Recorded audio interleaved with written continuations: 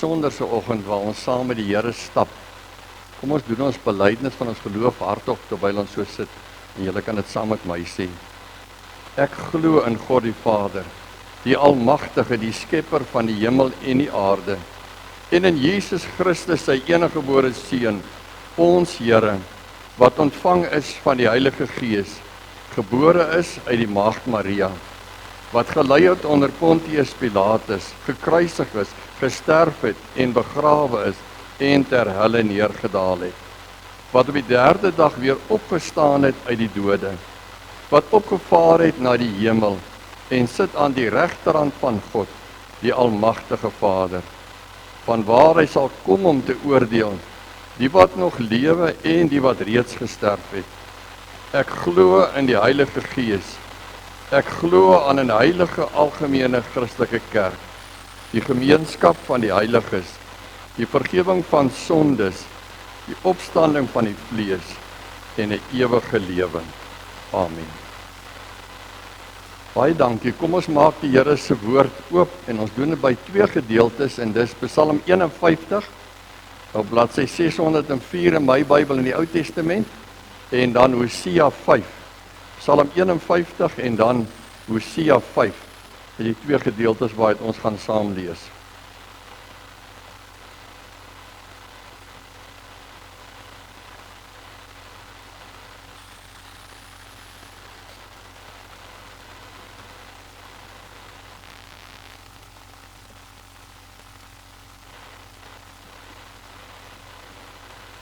Kom ons sit so, dan sluit ons ons oë. Here, dankie dat ons die voorreg het om vanoggend op so 'n baie spesiale oggend in die huis te kan wees. Baie dankie vir elkeen wat U hierdie oggend mooi gemaak het. Ja, Here, toe ons vanoggend vroeg uitkyk en ons sien hoe glinster die gras van die doudruppeltjies en die reendruppeltjies. Dan weet ons, Here, die natuur getuig saam met ons van die wonder van U genade en U voorsiening. Maar dankie vir elkeen van ons wat kon wakker word vanmôre en kan uitsien na 'n nuwe dag en 'n nuwe week. En kan bid dat U ons vandag en deur hierdie week, hierdie spesiale week, baie ryklik sal seën en sal toevou met U liefde. Here, sorg dat ons elkeen toegewy naby U bly en saam met U op die pad sal stap in hierdie week. En nie maar net nog 'n week hê soos enige ander week. Ons moet net uitsien na 'n lang naweek wat kom nie. Maar Here, in ons gedagtes elke dag tyd sal maak om by U te wees. Dankie dat ons môre kan U dank, Here, vir elkeen wat gesond is. Vir elkeen wat U teruggebring het. Dankie vir Elsa wat se behandeling klaar is. Dankie vir Johan wat in die kerk kan wees na maande se siekbed. Dankie vir alle wat operasies gehad het met wie dit goed gaan. Dankie vir elkeen wat in hierdie week prosedures ondergaan het en Here, wat U ook vasgehou het. Dink aan Marie Groenewald ook met haar oë in hierdie week, Here, en dat U by haar was en het vir haar gesorg en dat sy vanmôre hier in die huis kan wees. Net genade. Dankie, Here, dat U elkeen van ons ook so styf vashou met U liefde en beskerm en bewaar. En terwyl ons so saam is, dan dink ons aan Frans daar in die hospitaal, Here, dat U hom gou gesond maak. Hy wat getrou saam met ons op die pad loop, dat hy weer saam met ons op pad kan wees. Nou bid ons, Here, dat U dit stil maak in ons harte vir U woord. Dat ons U stem hoor en die betekenis van U woord en dit wat U eintlik vir ons elkeen wil sê vanmôre, regtig reg sal hoor en verstaan en glo. In Jesus naam. Amen. Ons lees eers in Psalm 51. Psalm 51 is 'n baie besonderse psalm want koning Dawid is waarskynlik die belangrikste Renier, moet ek hierdie aan vat?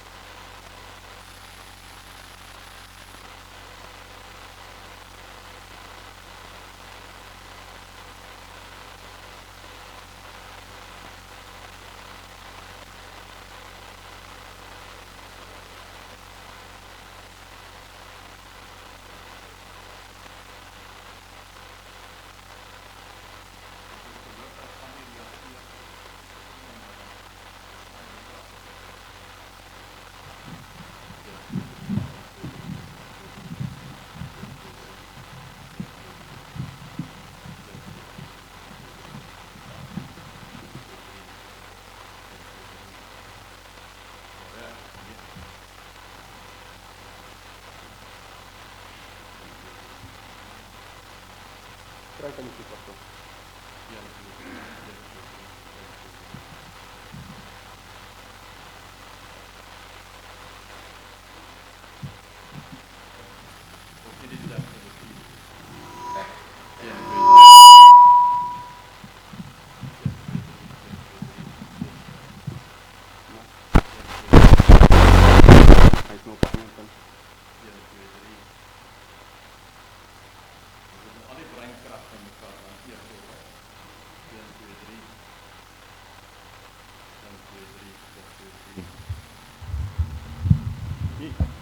Hier is hy.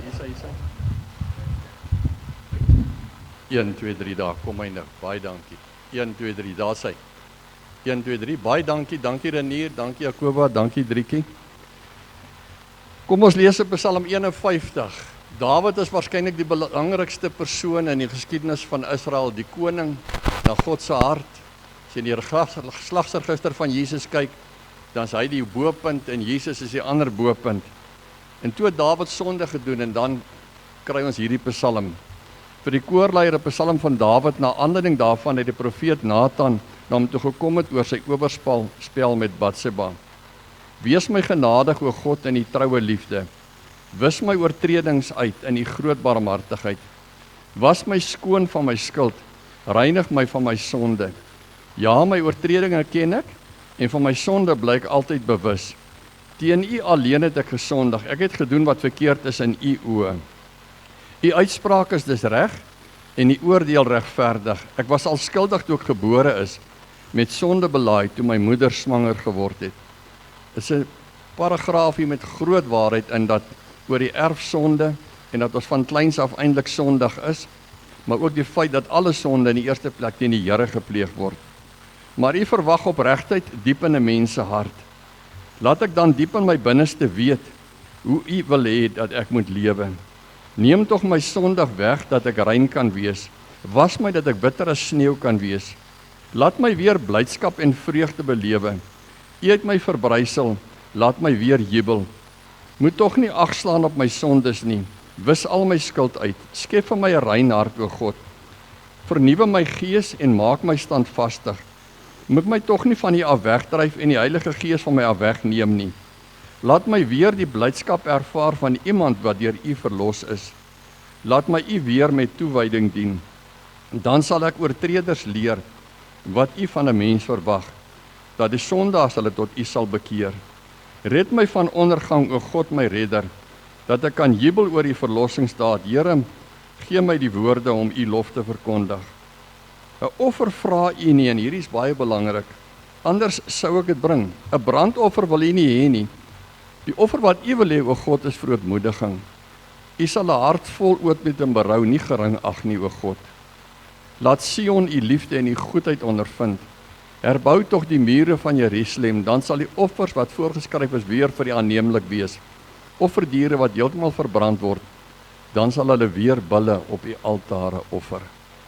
Tot sover. Dan lees ons in Hosea, en ons lees daar in hoofstuk 5 van vers 15 af. Ek gaan my in my woonplek terugtrek, sodat hulle skuld bely en vra na my wil. In hulle nood sal hulle my hulp kom vra. Kom ons gaan terug na die Here, want hy het ons verskeur, maar sal ons weer gesond maak. Hy het ons geslaan, maar sal ons weer ons wonde verbind. Hy sal ons na 2 dae 'n nuwe lewe laat begin. Hy sal ons op die 3de dag weer krag gee, sodat ons in sy teenwoordigheid kan leef. Kom ons wy ons aan hom toe. Kom ons streef daarna om ons aan die Here toe te wy. Die Here sal verskyn so seker as die son opkom. Hy sal na ons toe kom soos stortreën. Hy sal ons verkoop soos lentereën die grond verkoop. Wat moet ek met jou doen, Efraim? Wat moet ek met jou doen, Juda? Julle liefde is soos 'n môrewolkie. Dit verdwyn so vinnig soos dou. Dit is waarom ek julle met profete gestrem het, julle met my woorde vernietig het. My straf oor julle kom so seker soos die lig, want ek verwag liefde eerder as offers, toewyding aan my eerder as brandoffers. tot sover. Mag die Here ons uit hierdie gedeelte van sy woord vanmôre leer uit sy woord uit. En dankie dat julle hier is om saam met ons hierdie pad te stap op die pad van die Here. Ons teksversie is Hosea 6 vers 6. Want ek verwag liefde eerder as brandoffers, toewyding aan my eerder as brandoffers. Hierdie baie belangrike versie wat die Here vir ons gee, en ons lees dit saam met Psalm 51 om die betekenis van dit alles te kry. En julle gaan nou kom hoor presies hoe ons by hierdie gedeelte uitkom. Ons tema is Jesus vra net ons liefde. Dis die 7de Lydensweek, dis Palm Sondag. En as ek aan my gedagtes dink aan 2000 jaar gelede en ons dink aan die Olyfberg en die pad wat die Here teen die Olyfberg afstap. En die mense sien die skare mense wat nou gehoor het Jesus is daar. En hy kom daar afgery teen die berg op 'n donkie. En die mense pluk palmtakke en gooi dit voor die donkie se pote. Eintlik die gedagte seker dat hy so belangrike koning, 'n Messias wat kom, dat die donkie sag moet loop. En baie van hulle trek hulle boklere uit en gooi dit ook op die pad, dat die donkie daaroor loop. En dan sing hulle en hulle juig om toe, Hosanna vir die seun van Dawid. En daar's 'n bruisende opgewondenheid wat deur die hele Jerusalem weer galm. Elke keer as ons dan die voorreg gehad om die hele klompie kere daar teen daai berg af te stap, en as ons met 'n toergroep daar afstap, dan is daar altyd in my hart so, en ek glo in elke toerlid se lewe ook so 'n groot stuk opgewondenheid. Ons loop nou op hierdie paadjie wat die Here hier afgery het. En dan dink ek myself, as ek nou daar was, sal ek hierdie nuwe donsbaadjie vir my wat ek aan het, want as daai tyd is op die oomblik koud in Jerusalem, sal ek uittrek en ook sommer so voor die donkie gooi, dat die Here se donkie maar oor my baadjie ook kan loop. En dan is my so in jou hart opgewonde. Maar elke keer as ons daar afloop, is daar ook, as ek aan my eie gevoelens dink, so half 'n gevoel van opgewondenheid, maar 'n soort van 'n bangheid ook. Want ons ken die einde van die storie mos. Ons weet wat toe gebeur. En ons weet later af, bietjie laer teen die berg, by Dominus Fleve, die plekkie daar, die Here gehuil oor Jerusalem. En ons weet nog verder af, want hierdie paadjie loop af tot in die tuin van Getsemane onder. En dis waar die Here bloed gesweet het, toe hy gebid het. En dis waar hom gevange geneem het die laaste aand, die donderdag aand. En dis waarvan hy weggeneem is in hierdie week om gekruisig te word. Maar as 'n mens die skare hoor, en as jy daar loop, dan kom daar in jou hart 'n soort van 'n opgewondenheid, byna soos 'n passie wat jy het in jou. En hierdie prentjie wat op die preek agtergrond is vir my 'n mooi prentjie wat ek al baie gebruik het. En die simboliek vir my daarvan is dat ons sien die Here met sy kruis en sy verheerlikte gestalte, en as dit God is op die prentjies, dan is altyd 'n kruisie om, of 'n kringetjie om sy kop op die sketse. Maar dan sien ons ook die skare mense agter hom, en jy sal sien, elkeen van hulle het 'n kruis. Maar die Here het ons gesê, as jy my wil volg, moet jy jou kruis optel en my volg. En ek het dit 'n week terug ook gesê, baie mense dink om 'n Christen te word, is mos nou 'n vreeslike lekker ding om te doen, want as jy aan die Here behoort, en aan hierdie welvaartsteologie, dan sal hy jou seën, dan sal jy nooit siek word nie, dan sal dit reën op jou grond, dan sal jy die verhoging kry, jy sal eers staan in die klas, al hierdie dinge, wat alles onwaar is. Want die Here het dit nooit gesê, het gesê, as jy my wil volg, moet jy jou kruis optel en my volg. En eintlik doen ons dit ook in hierdie week, ons sê, Here, sit 'n stukkie van u kruis, en van u hartseer, en van u nood, en van u pyn op ons, in ons harte, en ons gedagtes. Ons loop saam met u op hierdie pad. Palm Sondag is Jesus se intog in Jerusalem. En dit gaan vir my saam met die woordjie passie. Passie, die mense was passievol oor Jesus toe hy daar aankom. Daai passie het verdwyn in die week. En dieselfde mense wat die Sondagoggend geskree het, Hosanna vir die seun van Dawid, baie van hulle het waarskynlik die Vrydag daar by Pilatus hulle gestaan en skree, kruisig hom, toe die hele skare in oproer gekom het. Laat hy weggaan, want hulle was teleurgesteld in hom, hy is nie wat hulle wil hê nie. Hy is anders as hulle. Ek het in die Bybel gaan kyk, en die naaste, passie is nie 'n woord wat in die Bybel verskyn nie. Dis 'n nuwe woord, maar is 'n mooi woord. en ons kan dit maar gebruik. Maar die naaste wat ek aan passie kry in die Bybel, is in die woorde van Johannes 13, voor die viering van die Paasfees. Dis waar ons nou is, het Jesus reeds geweet, dat die tyd vir hom gekom het om van hierdie wêreld na die Vader oor te gaan. Hy het sy eie mense in die wêreld, wat in die wêreld is, liefgehad, en daar staan daar, hy het hulle tot die uiterste toe liefgehad. Hy het hulle tot die uiterste toe liefgehad. Die Here het ons passievol lief. En ek wil jy moet net so 'n oomblik daaroor dink. Jy moet net 'n oomblik dit weet. Die Here het jou nie maar net lief nie. En as jy dit dink, dan dink jy nog verkeerd. As jy aan die Here dink, as jy aan Jesus dink, en jy dink aan jouself, dan moet jy weet, soos ek weet, die Here het my passievol lief. Die Here het my met alles lief. Ek het hom nie altyd met alles lief nie, maar hy het my met alles lief. Passievol het hy my lief. Ek dink passie in die Bybel kom baie meer voor in die woord toewyding. En as 'n mens die woord toewyding lees, as mens passie het oor iets, iemand wat passievol is oor sy rugby, die gaan oefen en gee sy heel beste, hy wy hom toe. Wat passievol is oor sy studies, wy hom toe en leer hard. Wat passievol is oor sy werk, doen dit. As jy passievol is oor jou verhouding met jou vrou, met jou man, dan wy jou toe daaraan. Dan gee jy toewyding vir dit. Jy doen moeite daarvoor. En dis hoekom ek dink die woordjie toewyding is so belangrik. En interessant hoe baie hierdie woordjie toewyding in die Bybel staan. In 1 Timoteus 2 lees ons, vir die wat regeer en vir almal wat gesag uitoefen, moet ons natuurlik sê, bid vir die wat regeer en almal wat gesag uitoefen, sodat ons 'n rustige en stil lewe kan lei. En dan staan daar, in volkome toewyding aan God en in alle eerbaarheid.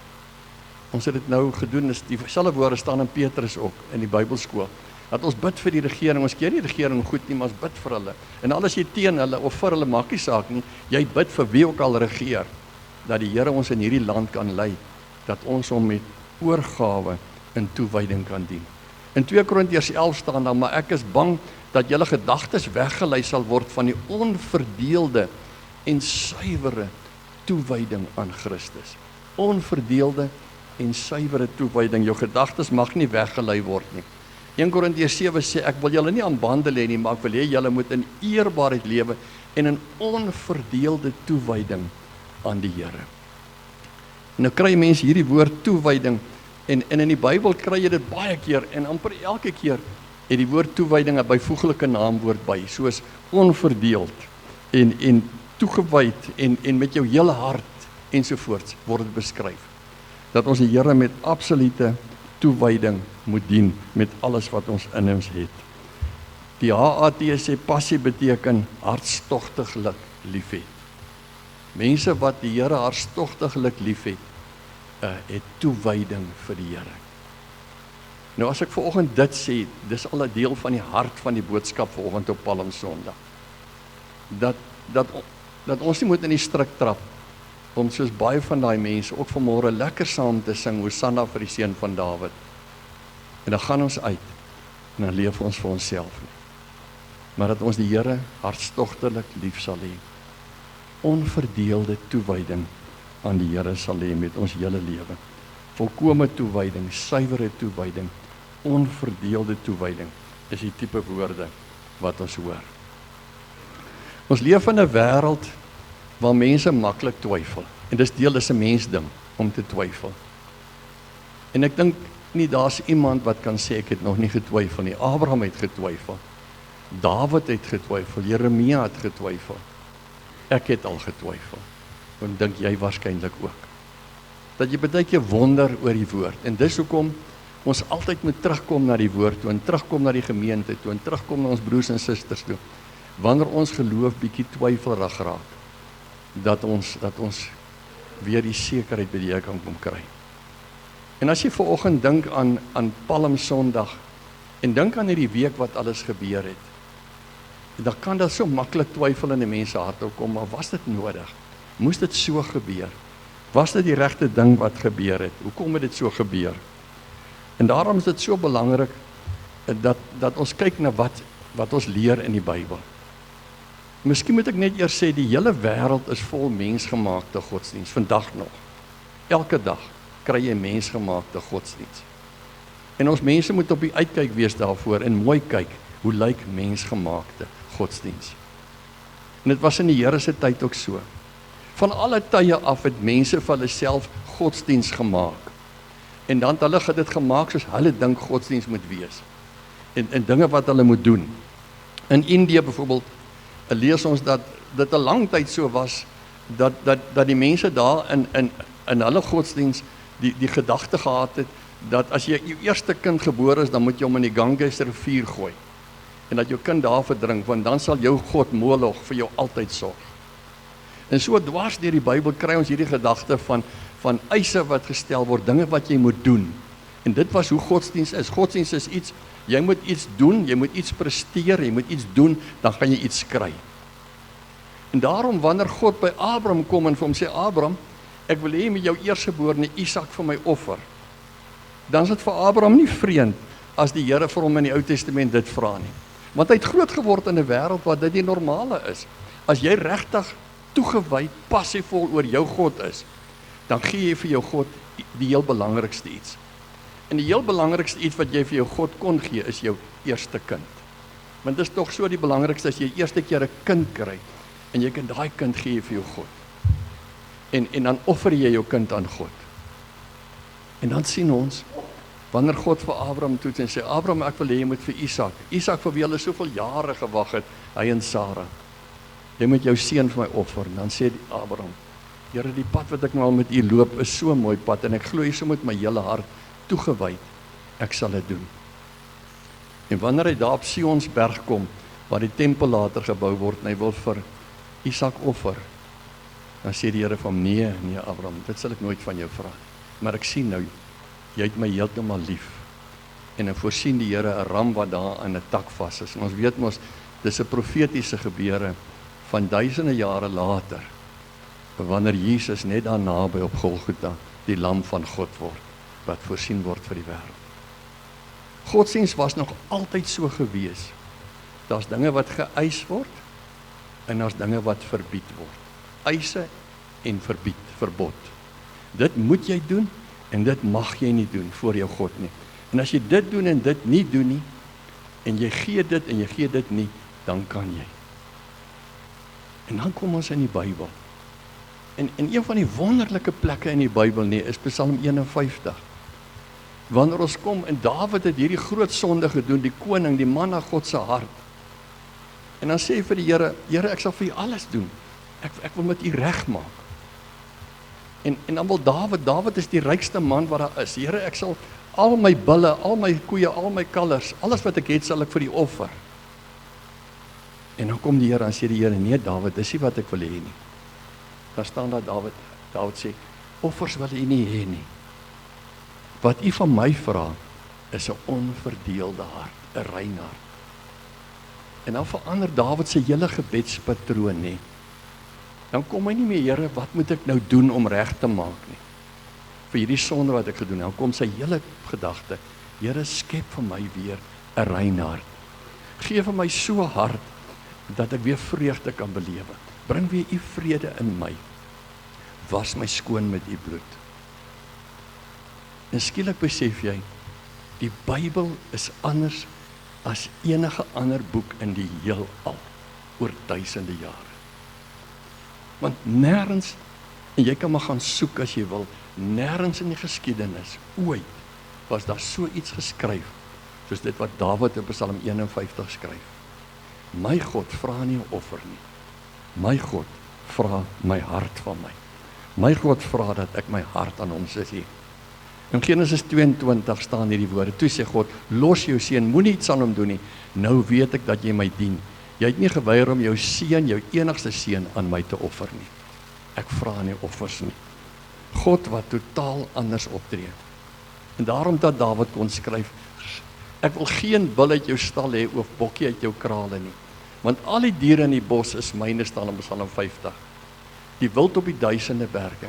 Ek ken al die voëls van die berge, al wat roer op die veld is myne. Ek sou jou nie vra as ek honger sou kry nie, want die aarde en alles wat daarop is behoort aan my. Eet ek miskien die vleis van die bulle wat julle offer, of drink ek die bloed van bokke? Lof is die offer wat jy aan God moet bring. Die Psalm net voor Psalm 51, gaan lees dit by die huis, staan hierdie mooi woorde. Dat die Here kom en sê, alles is in elk geval myne. Elke rand wat jy besit, wat in jou bank is, in jou beursie is, wat vanoggend in jou handsak en in jou sak is myne. Die kar wat jy ry is myne, die klere wat jy aan het is myne. Die plaas waarop jy bly is myne, die diere wat jy het is myne. Alles in hierdie heelal, die voëls, die diere sê hy, alles, die bokke, alles behoort aan my. En ek eet dit nie, en ek het dit nie nodig nie. En dan staan daar, lof is die offer wat jy aan God moet bring. Die Here vra net jou hart. En dan kom ons na die Nuwe Testament toe. En dan kom Jesus op aarde. En weet julle, amper elke ding wat Jesus gedoen het in sy lewe, wys juist dit. Hulle wil so graag vir Jesus goed doen. Hulle wil graag vir Jesus goed gee. Al is dit net hulle boekleed op die pad, of 'n palmtak op die pad. Maar Jesus draai dit alles om. Want Jesus vra nie van jou iets nie. Hy wil vir jou iets gee. En daarom as die Here by jou kom, sal hy nooit in die eerste plek vir jou vra, wat gee jy vir my nie? Die vraag wat die Here vir jou in die eerste plek vra is, wat het jy al by my gekry? Die Here keer die hele tyd die tradisionele mensgemaakte godsdienst van sy tyd, keer hy om. Op 'n Sondag, op die Sabbatdag, is hulle by die tempel, en daar lê 'n siek man, wat sy lewe lank siek is. En dit was verbied om op 'n Sabbatdag dit te doen. En voor al die Sadduseërs en die Fariseërs en die skrifgeleerdes, gaan staan Jesus, en hy maak hom gesond. Hoekom? Om vir hulle te wys, maar dis die belangrikste. Dis nie so belangrik dit wat julle alles nou kom doen, julle offers wat julle bring nie. Die belangrikste is, wat doen jy vir die mens langs jou? Wat doen jy in die naam van die Here? Dan verander hy dit. Toe Here sy eerste wonderwerk op aarde doen, toe was dit by Kana in Galilea, toe hy die water in die wyn verander. En het julle al mooi daar gedink, wat se water was dit? Daar 6 klipkanne staan daar, groot klipkanne, nie kannetjies nie, hulle is so groot, wat baie water gehou het, en die water was gebruik vir die reiniging. Wanneer die mense daar kom, moes hulle voete gewas word voor hulle in die sinagoge ingaan, waar die huwelik nou gaan plaasvind. En dit moes daar gereinig, en die slawe het dan daar gesit, of die diensknegte, en die mense se voete gewas. So dis die vuil voete was water wat daar staan. En dan raak die wyn op, en wat doen Jesus? Hy verander die reinigingswater in wyn. En dan sê hulle, dis die beste huwelik wat nog ooit daar was. Toe is daar wyn genoeg vir almal om fees te vier. En dis die tipe Here wat ons het, wat reinigingsgebruike wegvat en sê, nee, vier liever fees. Julle Messias het gekom, die Here is by jou. En jy het nie nodig nie. En daarom al sou jy volgende nie inkom, en jy het nie kans gehad om jou hare te was, of jou hande is vuil, of jou klere is nie skoon nie, sal dit die Here nie pla nie. Al sou jy inkom, en hoe ook al lyk, sal dit die Here nie pla nie. Belangrikste is daar fees in jou hart. Het jy as het ware al van die nuwe wyn gedrink, van hom wat die beker geskink het, die aand voor sy dood, en lewe jy. En so verander die Here elke keer alles, om terug te kom by ware godsdienst. En daarom, broers en susters, as jy ooit twyfel, vat hierdie boek in jou hand, en dink net, wat staan hier? Wat 'n fantastiese wonderwerk is hierdie. Dat soveel duisende jare terug, en daar was geen ander geskrif op die heelal op die aarde geskryf, ooit oor 'n God soos ons God nie, die ware God nie, wat kom en nie sê, ek soek soveel van dit en soveel van dit en soveel van dit van jou nie. Natuurlik sê hy, gee my 'n 10de, om juist jou toewyding te wys. En daarom natuurlik gee ons dankoffers, nie offers nie, dankie sê, nadat ons hom eers aangeneem het. Maar as jy hom nie eers aangeneem het nie, dan wil die Here nie 1 sent by jou hê nie. Hy wil nie 1 ietsie by jou hê, as hy jou nie gekry het nie. En dis die verskil. Ons Here wil nie in die eerste plek iets hê nie. Hy wil vir jou iets gee. En dit was die fout. Die mense skree Hosanna vir die seun van Dawid, want hulle verstaan hom nog nie. Hulle dink hy kom om 'n oorlog te kom voer, om Israel vry te maak, byna soos nou gebeur. En in hierdie Paastyd mag dit weer anders wees ook. Dan kom hy om te sê, ek kom nie om oorlog te voer, ek kom nie om met die Romeine te beklei nie. Ek kom om vrede in julle harte te bring, en die prys vir God, vir julle lewe, te kom betaal. En daarom gee die Bybel vir jou, teen alle twyfel in die sekerheid om te weet, dankie Here, dat ons as volgende in hierdie kerk ook sit, en saam met hierdie laaste week instap weet, ons is op die regte pad. Ons aanbid die ware God. En ons hoef nie al die moeds en moenies en die eise wat die wêreld gedurig mee kom, vergeet dit. Daarom wat ek vir jou sê vanmôre, al wat die Here van jou vra, is net jou liefde. Ekskuus tog vir die ding. As ons na ons teksgedeelte toe dan weer teruggaan, dan staan daar, want ek verwag liefde eerder as offers, toewyding aan my eerder as brandoffers. En daarom wat ek vir jou wil vra, as jy hierdie week saam met die Here stap, doen net een ding, vergeet al die res, gee vir die Here jou liefde. Sê elke dag vir die Here, in die oggend, in die middag, in die aand. Maak vir jou voorneme, Here, hierdie week gaan ek dit baie keer, soos ek vir my vrou elke dag sê, ek het haar lief. En ons sê dit saam elke dag vir die Here, ons het hom lief, maar ek gaan dit hierdie week oor en oor vir u sê. Ek gaan vir u sê, Here, ek het u lief, want ek het u lief met my hele hart. En ek behoort aan u, en dankie dat u die ware Here is. En dankie dat u vanmôre vir my niks anders vra nie, as net sê, en hierdie laaste week, kom loop saam met my, en gee my net jou liefde, soos 'n koning Dawid van ouds, soos 'n Hosea. Amen. Dankie Here dat u ons so goed is vir ons. Dankie dat u genade oor ons so onbegryplik groot is. Dankie dat u woord vir ons openbaar. En dankie dat u vanmôre nie na ons toe kom met baie eise en bepalings en verbiedinge en dinge wat ons nie mag doen en moet doen nie. Maar Here, dat u vir ons kom sê, as jy saam met my wil stap in hierdie lydensweek, hierdie laaste week, tel jou kruis op en volg my. Tel jou kruis op, al is dit 'n siektekruis, al is dit 'n bekommerniskruis, al is dit 'n skuldkruis, al is dit 'n ongelukkige kruis. Tel hom op en bring hom na my toe, en ek sal jou vrede gee, want my las is lig, en ek sal jou help dra.